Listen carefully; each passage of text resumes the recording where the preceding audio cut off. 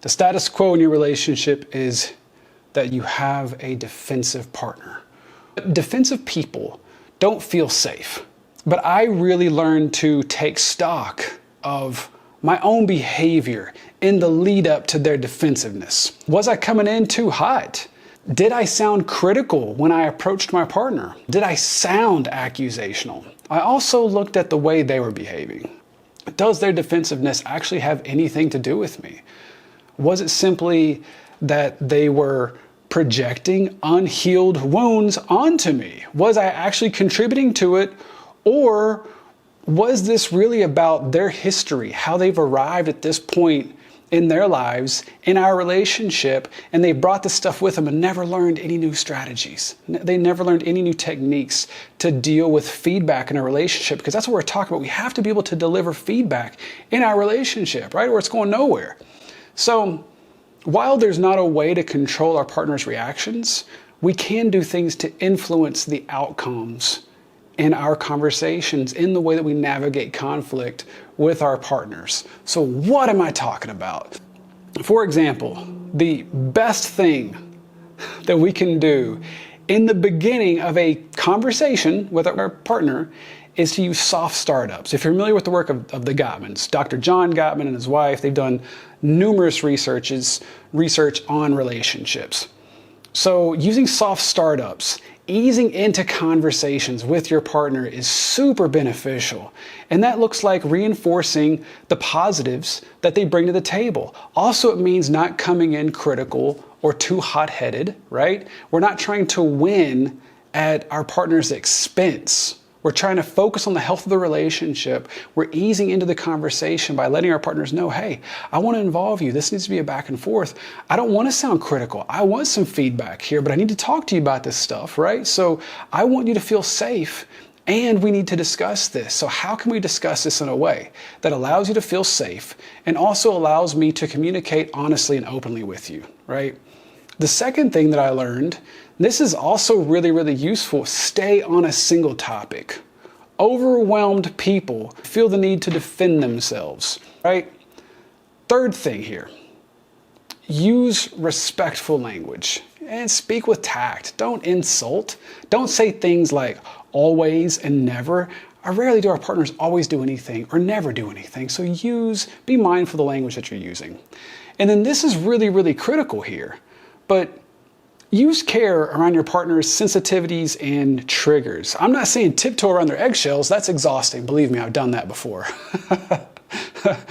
But be aware of their experience. Show concern about who they are and the things that really trigger them, that set them off. Be mindful of those things, right? Show that you've been paying attention. That's really good at lowering the temperature of the conversation.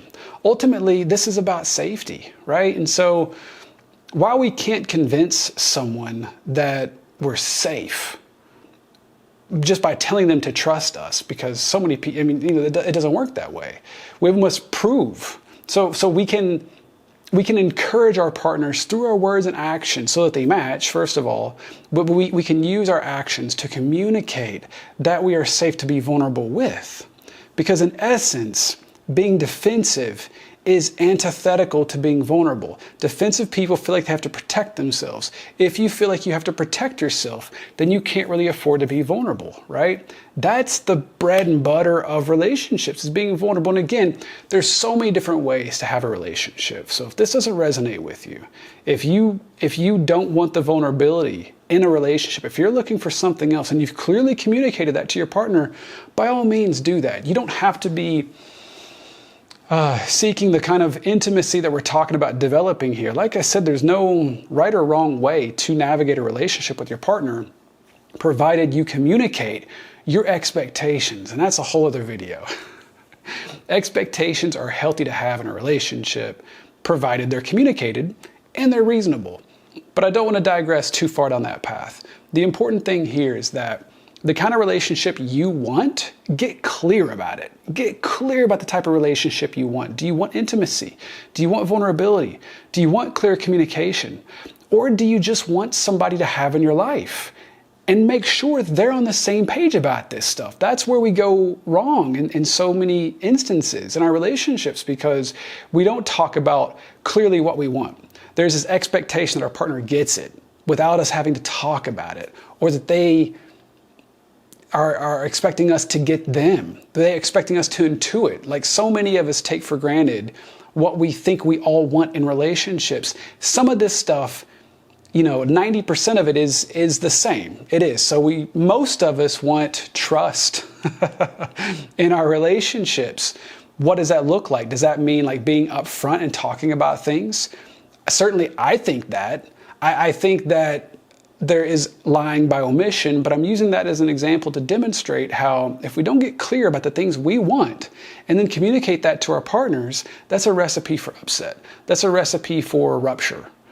And so, especially when it comes to defensiveness, oftentimes we find ourselves in these situations where we feel that our intent is communicated clearly, but our partners don't see that. They are impacted in a way that doesn't match our intent. And that can be really hard for us to understand. Like, wait a minute, I'm not trying to attack you.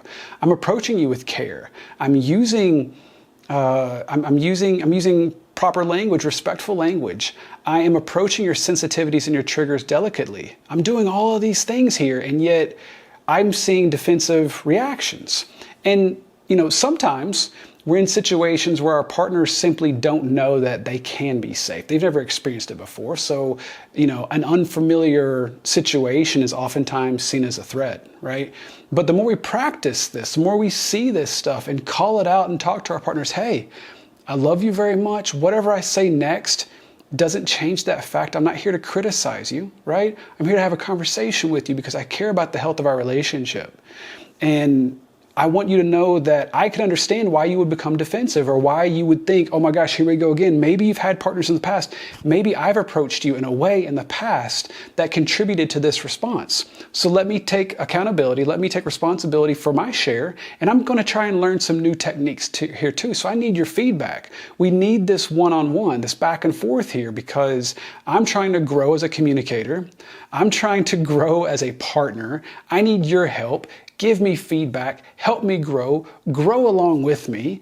And I think if we approach it from this perspective, it makes the likelihood that we're going to lower the defensiveness much higher. There's obviously no guarantee. We can't just guarantee that our partners won't become defensive. But again, if we practice this stuff, if we build muscle behind it, if we reward ourselves and our partners for, I don't want to say good behavior because that makes it sound like we're dogs.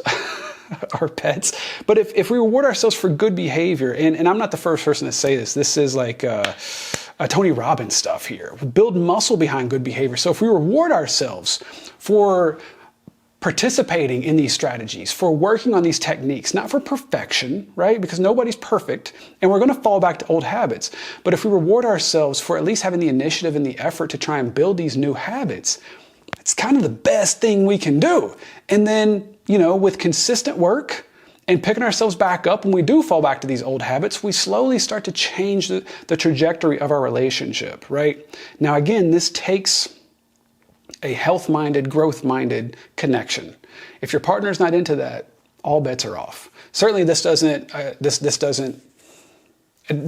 advice doesn't apply to like abusive relationships or relationships that are consistently wounding, and your partner or you aren't interested in healing or understanding how you became who you are in your relationship, and maybe you don't have the same values about what you're seeking to get from the relationship, right? So we must get clear about those things before we can really take stock in our ability and our partner's ability to build the kind of relationship we want. We're not just born with this knowledge. Maybe we're lucky and we find a partner who already has some of this stuff. It's just like subconsciously known. Maybe they had good role models. But if you're like me and you had to pick up a lot of this stuff in real life, in the wild, on the fly, by making mistakes, by having relationships go sideways, then you're in good company, because that's how I learned, right? So we learn these things. They empower us to have healthier relationships. And then here we are having the kind of relationships we want. But it takes practice. It takes studying. It takes feedback from your partner. It takes holding ourselves accountable. It takes also taking up for ourselves and making sure that we don't sweep things under the rug, because granted, you will trip over the things that you sweep under the rug. All right?